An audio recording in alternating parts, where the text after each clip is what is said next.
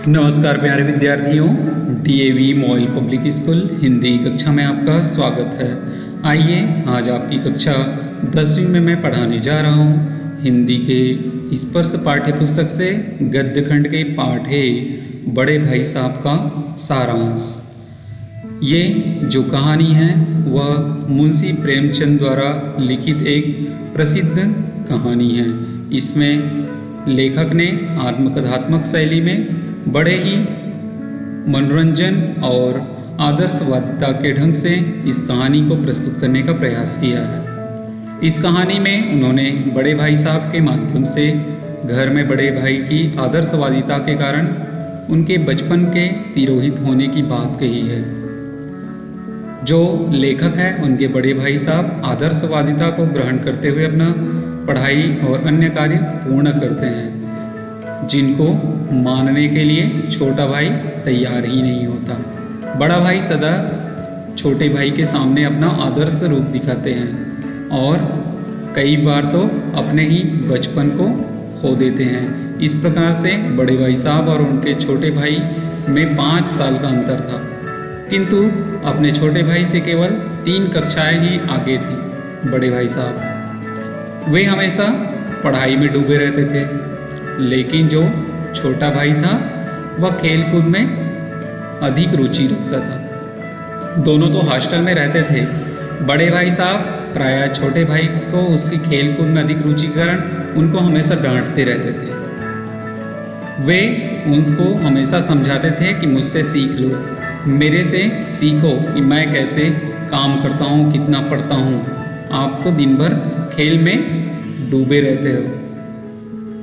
वे हमेशा कहते थे कि वे बहुत मेहनत करते थे, खेल कूद और खेल तमाशों से बहुत दूर रहते हैं, इसलिए उनको सबक लेना चाहिए कि वे भी इन सारी चीज़ों से दूर रहें और पढ़ाई करें, तभी अच्छे अंकों से उत्तीर्ण होंगे। वे छोटे भाई से कहते थे कि यदि वे मेहनत नहीं करें तो उनको घर वापस लौट जाना चाहिए।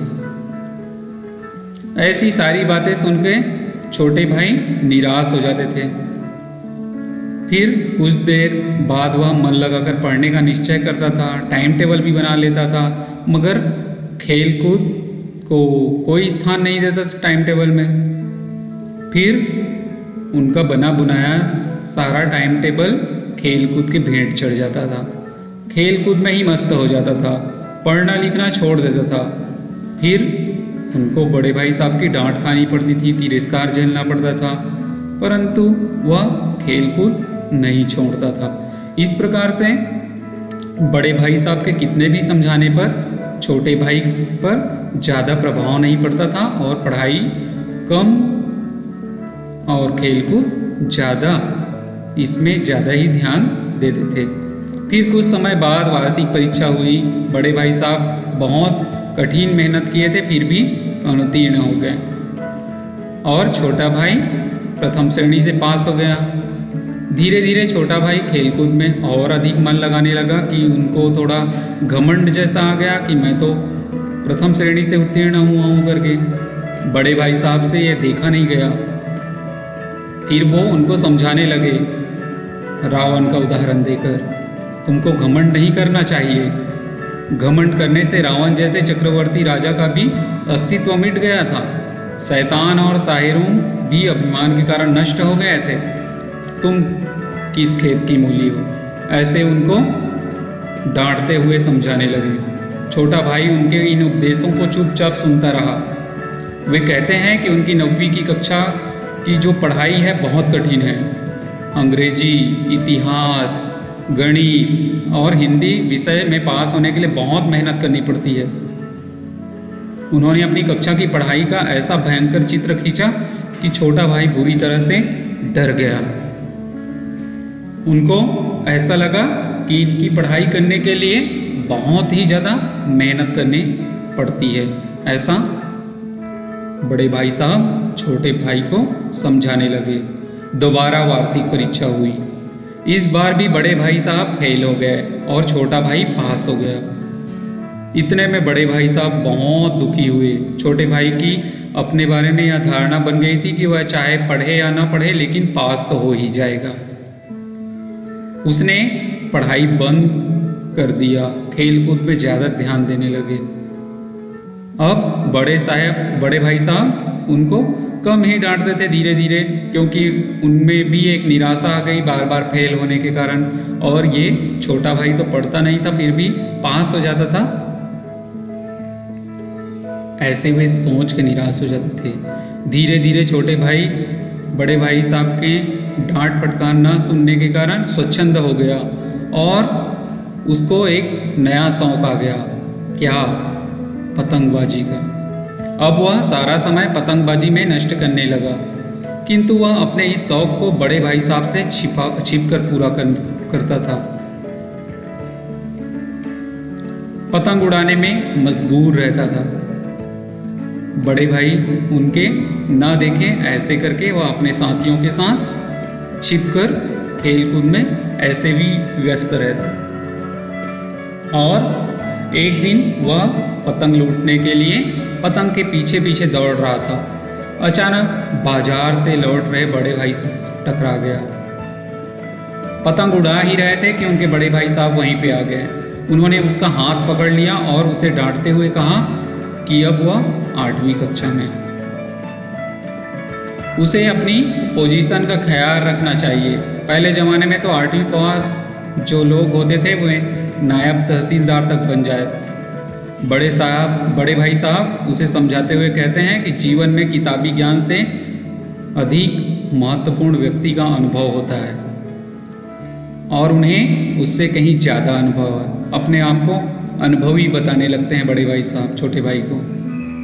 वे अपनी दादी, दादा, माँ, अपने स्कूल के हेड मास्टर साहब, इन सब का उदाहरण देकर कहने लगते हैं कि जिंदगी में केवल किताबी ज्ञान से ही काम नहीं चलता, अपितु जिंदगी जीने के लिए समझ भी जरूरी होती है, और जो केवल अनुभव से आती है। और मैं तुमसे ज़्यादा अनुभवी हूँ, ऐसा बड़े भाई साहब छोटे भाई को कहने लगते हैं। किताबी ज्ञान को ज़्यादा महत्व न देकर अनुभव को ज़्यादा महत्व देने लगते हैं। इस प्रकार से उनको डांटते हुए फिर समझाने लगते हैं। भाई साहब के ऐसा समझाने पर छोटा भाई उनके आगे नतमस्तक होकर कहता है कि वे जो कुछ कह रहे हैं वो बिल्कुल सच ही तो है, कि किताबी ज्ञान से हम ज़्यादा नहीं सीखते हैं, वो तो किताबी ज्ञान ही होते हैं, परंतु जीवन जीने के लिए अनुभव भी आवश्यक है। बड़े भाई साहब अपने छोटे भाई को गले लगा लेते हैं। वे कहते हैं कि उनका भी मन खेलने कूदने को करता है, लेकिन यदि वे ही खेलने कूदने लगे तो उससे क्या शिक्षा दे पाएंगे अपने छोटे भाई को। तभी उनके ऊपर से एक कटी हुई पतंग गुजरती है और उसकी डोर नीचे लटक रही होती है। बड़े भाई साहब ने लंबे होने के कारण उसकी डोर पकड़ ली और तेजी से हॉस्टल की ओर दौड़ पड़े। उनका छोटा भाई भी उनके पीछे पीछे दौड़ रहा था। इस प्रकार से पढ़ाई के साथ साथ खेल कूद को भी तवज्जो देते थे छोटे भाई। परंतु बड़े भाई के होने के नाते वह अपने छोटे भाई को गलत आचरण, गलत संगति में न पड़े ऐसे करके बार बार समझाते थे, पढ़ने के लिए प्रेरित करते थे, परंतु स्वयं ही फेल हो जाते थे, अनुत्तीर्ण हो जाते थे। इस प्रकार से ये थी बड़े भाई साहब कहानी का सारांश, जो कि बड़े भाई साहब उनको अधिकांश समय समझाते रहते थे, परंतु छोटे भाई उनकी बातों को न मानकर खेलकूद में मस्त रहते हुए भी उत्तीर्ण हो जाता था। आशा करता हूँ कि आपको बड़े भाई साहब कहानी का जो सारांश है संक्षिप्त रूप में अच्छे से समझ आया होगा। बड़े भाई साहब कहानी का सारांश सारगर्भित ढंग से अपने शब्दों में अपनी अभ्यास पुस्तिका में अभ्यास कार्य के रूप में आप लिखेंगे। आज के लिए बस इतना ही। बहुत बहुत धन्यवाद।